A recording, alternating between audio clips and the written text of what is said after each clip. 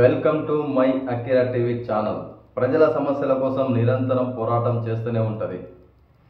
ఈ మధ్యకాలంలో చూస్తున్నాం, కన్న తల్లిని కన్న తండ్రిని కొడుకులు ఆస్తి కొరకు మాయమాటలు చెప్పి మిమ్మల్ని బాగా చూసుకుంటాం, మిమ్మల్ని అతి గారాభంగా చూసుకుంటాం, మీకు ఏది కావాలంటే అది పెడతాం అని మాయమాటలు చెప్పి వాళ్ళ ఆస్తి వాళ్ళ పేరు మీద రిజిస్టర్ చేయించుకొని అర్ధాంతంగా తల్లిదండ్రులను బయటికి వెళ్ళగొట్టి రోడ్ల మీద పడేస్తున్న కొడుకులను మనం చూస్తున్నాం. ఈ మధ్యకాలంలో మనం చూస్తున్నాం, ఒక సీనియర్ సిటిజన్స్ యాక్ట్ కింద ఒక వృద్ధురాలు ఆర్డీఓ ఆఫీస్లో ఫిర్యాదు చేయడం జరిగింది. ఆ ఫిర్యాదులో ఆర్డీఓ మేడం కేసు ఫైల్ చేసి వాళ్ళ కొడుకులకు నోటీస్ ఇవ్వడం జరిగింది. ఫస్ట్ నోటీస్కు రాలే, సెకండ్ నోటీస్కు రాలే, మూడో నోటీస్కు రాలే, 4 నెలలు అయిపోయింది. కానీ ఈయన న్యాయం చేయండి, నా ఆస్తి రాపించుకున్నాడు, నా దొంగ రిజిస్టర్ చేసి రాపించుకున్నాడు, నన్ను భయపెట్టి రాపించుకున్నాడు, నాకు అది చూసుకుంటా ఇది చూసుకుంటా అని మాయమాటలు చెప్పి నా ఆస్తి అంతా రాపించుకున్నాడు, నాకు న్యాయం చేయండి అని అడిగితే సరే చేస్తామని చెప్పి దాన్ని చాప కింద నీరులో నానబెట్టినారు అది రెవెన్యూ అధికారులు.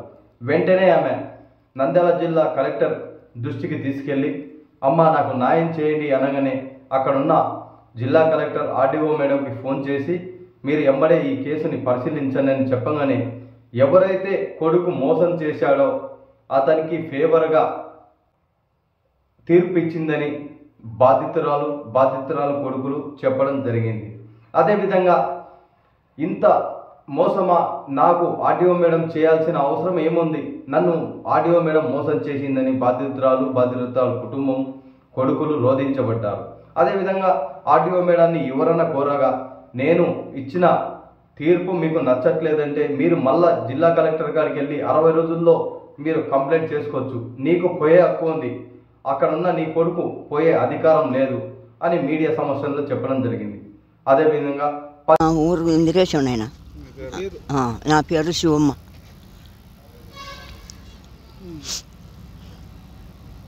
ఏం జరిగిందా ఇంతకు? ఏం జరిగిందంటే పొలం 2 ఎకరాల పొలం, 2 ఎకరాల పొలం నైనా గట్టిగానే మాట్లాడుతాను. 2 ఎకరాల పొలం రాపించుకొని తోలకపోయి అంతా బాగా చేసినాక చేసి రాపించుకొని తవ్వేసినాడు. ఎవరు బోబెట్టి దిక్కులేరు నాకు. ఇంకా రోడ్డు మీద పడిన నాయన కొడుకు, 3వ కొడుకు నాయన. నేనైతే శ్రీరాములు అని పెట్టుకున్నాను, ఆయన దాంట్లో దిగినాక అబ్దుల్ రహమాన్ అని పెట్టుకున్నాను నాయన. ఇంకా ఇప్పుడు బొత్తికంగా నన్ను పలకరించే దిక్కేలేరు. ఎవరికి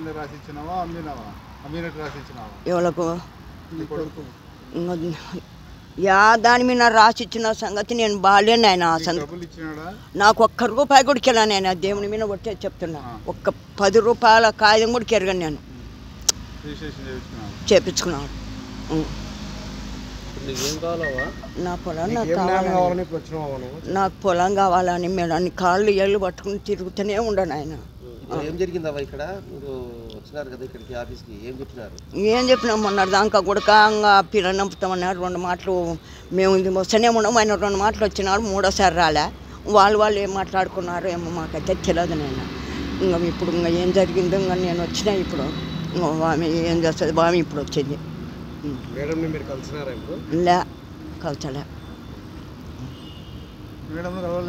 కలవలే. ఇప్పుడే కదా ఆమె వచ్చింది, మేము వచ్చి కొంచెం కూర్చున్నాం. మేడం ఇప్పుడు వచ్చింది. అమ్మకు రిజిస్టర్ ఆఫీస్ అంటే ఏందో కూడా తెలియదు. 3వ కుమారుడు 2020 సంవత్సరంలో అమ్మని తీసుకుపోయి బాగోగులు చూసుకుంటా అని నమ్మించి రిజిస్టర్ చేయించుకున్నాడు. కదమ తమ్ముళ్ళను కూడా అమ్మ సంతకం పెట్టు, నా బాగోగులు చూసుకుంటారు మీరు తాగుబోతుల్లోనే అంటే అమ్మ సంతకం పెట్టింది. పెట్టిన తర్వాత కొన్ని రోజుల తర్వాత బయటకు దొబ్బేసినాడు.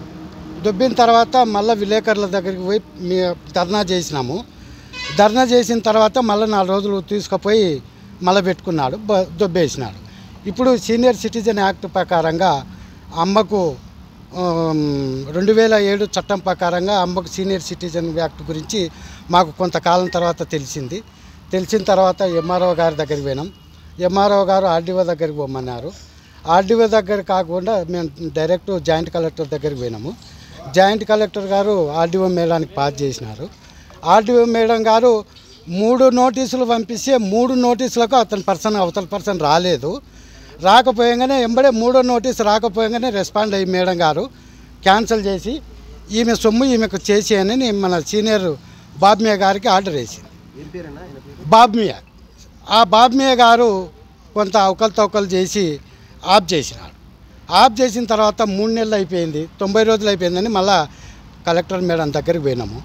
మేడం దగ్గరికి పోతే ఆమె మేడం ఆర్డీఓ గారికి ఫోన్ ద్వారా చెప్పింది ఆమెకు న్యాయం చేయండి అని. ముగ్గురు కొడుకులం బతికుండామని మాకు ఏం ఆసరు లేకుండా ఈమెకు పొలాన్ని రద్దు కోరి ఈమె సంరక్షణ కోసము ఈమె ఆత్మగౌరవం కోసము అని ఈమె అప్పీల్ చేసింది. అప్పీల్ చేసిన వేళ ఈరోజు మాకు తీర్పు 3 కొడుకులు కలిసి 3,000 ఇవ్వాలనేది మా చేత కాదు.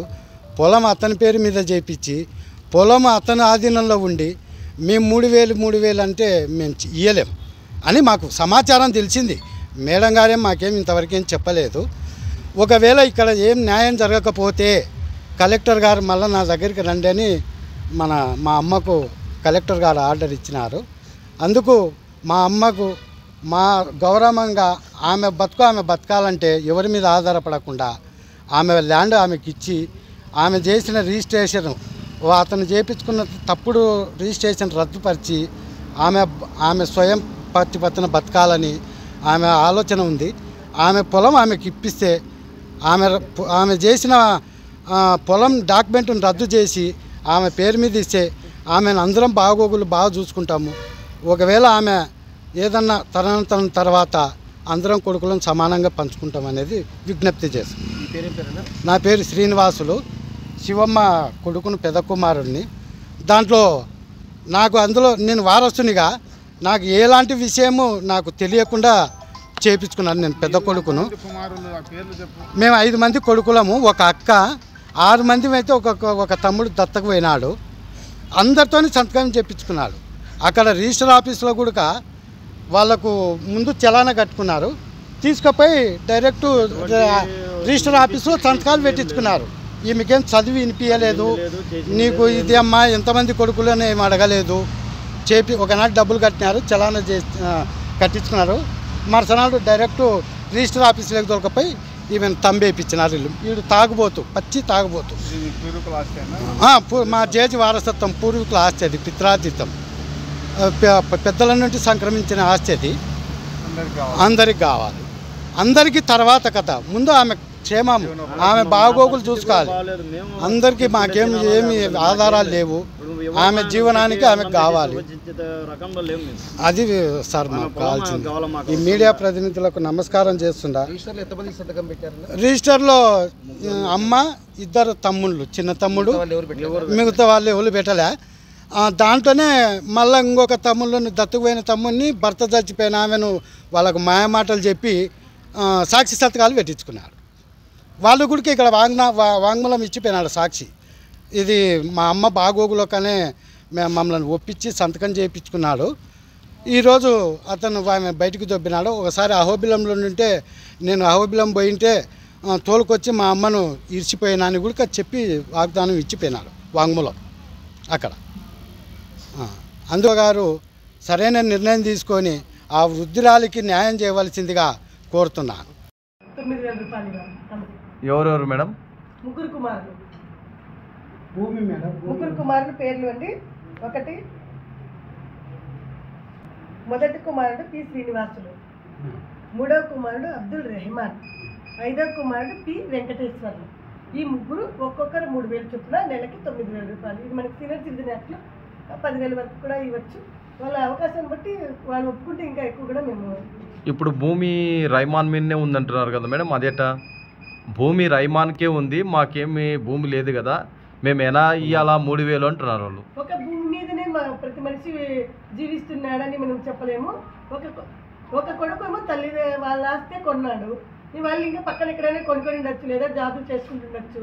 ఇలా మేము అలా ఉద్దేశించి వారి పిల్లలు ఖచ్చితంగా తల్లిదండ్రులు పోషించే బాధ్యత ఉంది కదనే ఉద్దేశంతోనే మేము ఇక్కడ జడ్జిమెంట్ చేయాలి. అంటే వాళ్ళ ఆస్తులు, వాళ్ళకు ఉద్యోగాలు ఏమన్నా పరిశీలించారా మేడం? వాళ్ళకి ఏమన్నా ఉందా? ఆ ఇద్దరు శ్రీనివాసు ఇంకొక వాళ్ళు అతను కూడా చిన్న పని చేసుకొని జీవించే వాళ్ళే అని చెప్పారు. ఇతను ఓన్లీ 6 లక్షల రూపాయలు డబ్బులు ఇచ్చి మేము రిజిస్ట్రేషన్ చేయించుకున్నట్లు ఆ కొడుకులు కూడా అందరూ సంతకాలు పెట్టడం కూడా జరిగింది. మళ్ళీ ఈ శ్రీనివాస్ అనే వ్యక్తి నేను సైన్ పెట్టలేదు అంటున్నాడు కదా మేడం. ఈ శ్రీనివాస్ అనే వ్యక్తి నేను సైన్ పెట్టలేదు, నేను ఎందుకు ఇలా 3,000 అంటున్నాడు. దాని మీద మీరు ఒకవేళ సైన్ ఆ రిజిస్ట్రేషన్ రోజు అతను ఎక్కడికైనా వెళ్ళి ఉండొచ్చు, లేదా తర్వాత ఇంతమంది పెడుతున్నారు ఇంకెందుకు అనుకోవచ్చు. కానీ మేము రిజిస్టర్ డాక్యుమెంట్స్ అయితే క్షుణ్ణంగా పరిశీలించామండి. సబ్ రిజిస్టర్ ఆఫీస్ నుంచి కూడా మేము ఒక ఇన్ఫర్మేషన్ తీసుకున్నాం మేడం. 3వ నోటీస్ అప్పుడే 3వ పర్సన్ రానప్పుడే